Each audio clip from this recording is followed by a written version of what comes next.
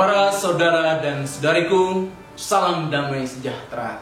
Jumpa lagi bersama saya, Pastor Yohanes Don Bosco CMF.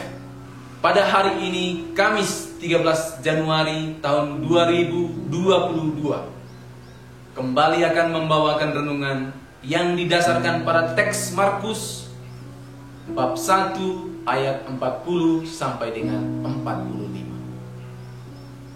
Seorang yang sakit kusta datang kepada Yesus dan sambil berlutut di hadapannya, ia memohon bantuannya, katanya, "Kalau engkau mau, engkau dapat mentahirkan aku." Maka tergeraklah hatinya oleh belas kasihan. Lalu ia mengulurkan tangannya, menjamah orang itu dan berkata kepadanya, "Aku mau, jadilah engkau tahir." Seketika itu juga lenyaplah penyakit kusta orang itu, dan ia menjadi tahir. Segera ia menyuruh orang itu pergi dengan peringatan keras, "Ingatlah, janganlah engkau memberitahukan apa-apa tentang hal ini kepada siapapun. Tetapi pergilah, perlihatkanlah dirimu kepada imam, dan persembahkanlah untuk pentahiranmu persembahan yang diperintahkan oleh Musa sebagai bukti bagi mereka." Tetapi orang itu pergi memberitakan peristiwa itu dan menyebarkannya kemana-mana, sehingga Yesus tidak dapat lagi terang-terangan masuk ke dalam kota. Ia tinggal di luar di tempat-tempat yang sepi, namun orang terus juga datang kepadanya dari segala penjuru. Demikianlah sabda Tuhan. Saudara dan saudariku, Injil hari ini bercerita tentang Yesus menyembuhkan seorang yang mengalami sakit kusta. Kita semua tahu bahwa pada zaman Yesus, orang-orang sakit kusta dikucilkan.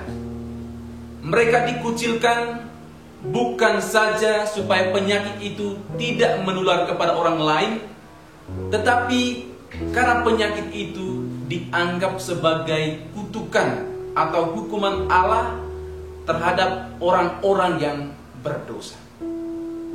Karena itu, orang-orang kusta dianggap sebagai orang-orang yang sangat najis, yang harus dijauhi. Dan sialnya, bukan hanya masyarakat umum yang menjauhi mereka, tetapi juga keluarga mereka sendiri. Mereka tidak bisa bergaul dengan siapapun. Jadi dapat dibayangkan bagaimana penderitaan yang dialami oleh para penyakit kusta itu. Mereka tidak hanya menderita sakit fisik, tetapi terutama juga sakit mental. Bahkan kebanyakan dari mereka meninggal bukan karena penyakit kusta itu sendiri, tetapi karena penderitaan batin yang tidak tertahankan lagi. Lalu bagaimana tanggapan Yesus terhadap orang-orang kusta ini? Apakah dia jijik? Apakah dia mengusir mereka seperti yang dilakukan oleh orang-orang Yahudi pada umumnya? Yesus sama sekali tidak jijik. Dia tidak mengusir mereka. Bahkan hatinya sangat tergerak oleh belas kasihan. Belas kasihannya benar-benar muncul dari dalam hatinya yang paling dalam. Dia menyentuh orang kusta itu dan menyembuhkan. Itulah Tuhan kita.